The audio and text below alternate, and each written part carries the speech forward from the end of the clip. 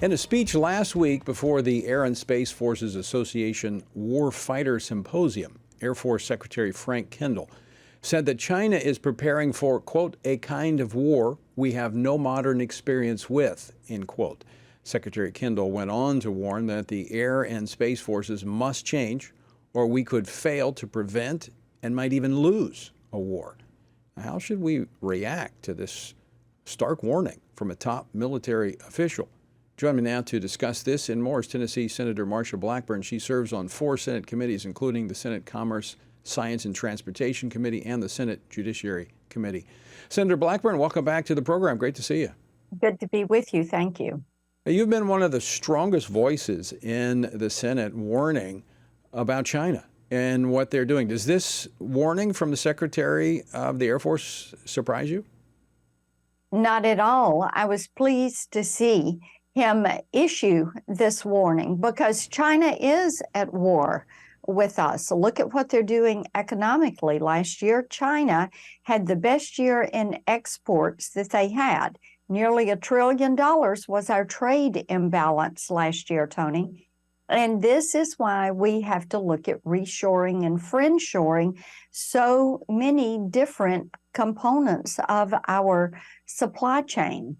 When you look at what is happening with technology and the way they are using TikTok as a surveillance tool, the way they floated a spy balloon all the way across the United States, when you look at what they are doing with great power competition and their military and increasing their Navy, how they're trying to use the Belt and Road Initiative that they have and the new Silk Road Initiative that they have and debt diplomacy that they have to go into countries and say, hey, we're going to help you with your port and we're going to help you get goods into this country. We'll let you work with manufacturers in our country. And oh, by the way, we will finance this port for you. And then, oh, by the way, if you let us build a naval base adjacent to this commercial port, then we will forgive part of your debt. Right. This is what China is doing, whether it is Rio or Djibouti or Sri Lanka. We are seeing this type activity across the globe.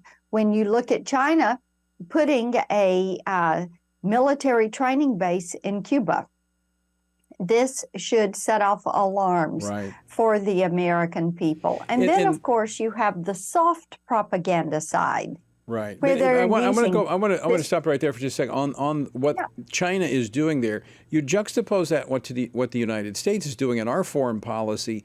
Instead of coming alongside and trying to help out these countries, we're going to give you money if you'll sign on to our climate change agenda, if you'll sign on to our abortion promoting policy, then we might help you out, but not until then. And so we're driving them into the arms of China.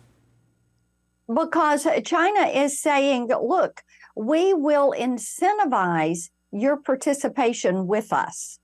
And of course, that's going to be a steep price to pay.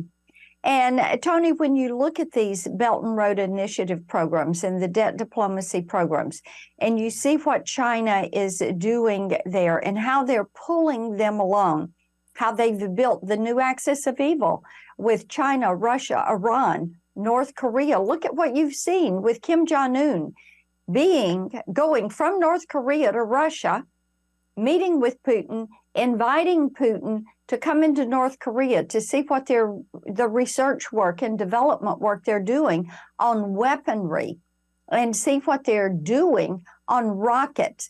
And Iran, you look at how Iran is now manufacturing drones in Russia. These are being used against the Ukrainians. And who's the banker on this project? China, the Chinese Communist Party. Well, we also gave them. We should be We also gave them an extra $6 billion to buy a few more drones here recently. That when the Biden administration released those frozen assets in exchange for these 5 Americans being held hostage. Yes, and the day after they got the $6 billion. And of course, we know that Iran is not going to use $6 billion in humanitarian aid or to feed the poor in Iran, where people are starving. The day after they got this money, they kicked the International Atomic Energy Association, the IAEA. They're the ones that monitor uranium enrichment and nuclear proliferation. They kicked them out of Iran. Now, why do you think they would do this? And money is fungible. Iran is going to use this.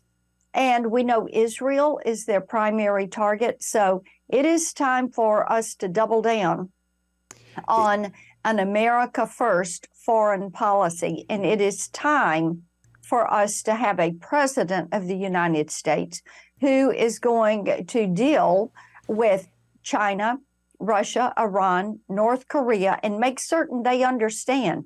We don't see them as a competitor, Right. and a friend, a frenemy. We see them as an adversary. That is what they are. We know their goal is to dominate us and to make the 21st century the China century. You know, we ought to just take them for their word. They're telling us this, Yes. but we won't believe it. That's right.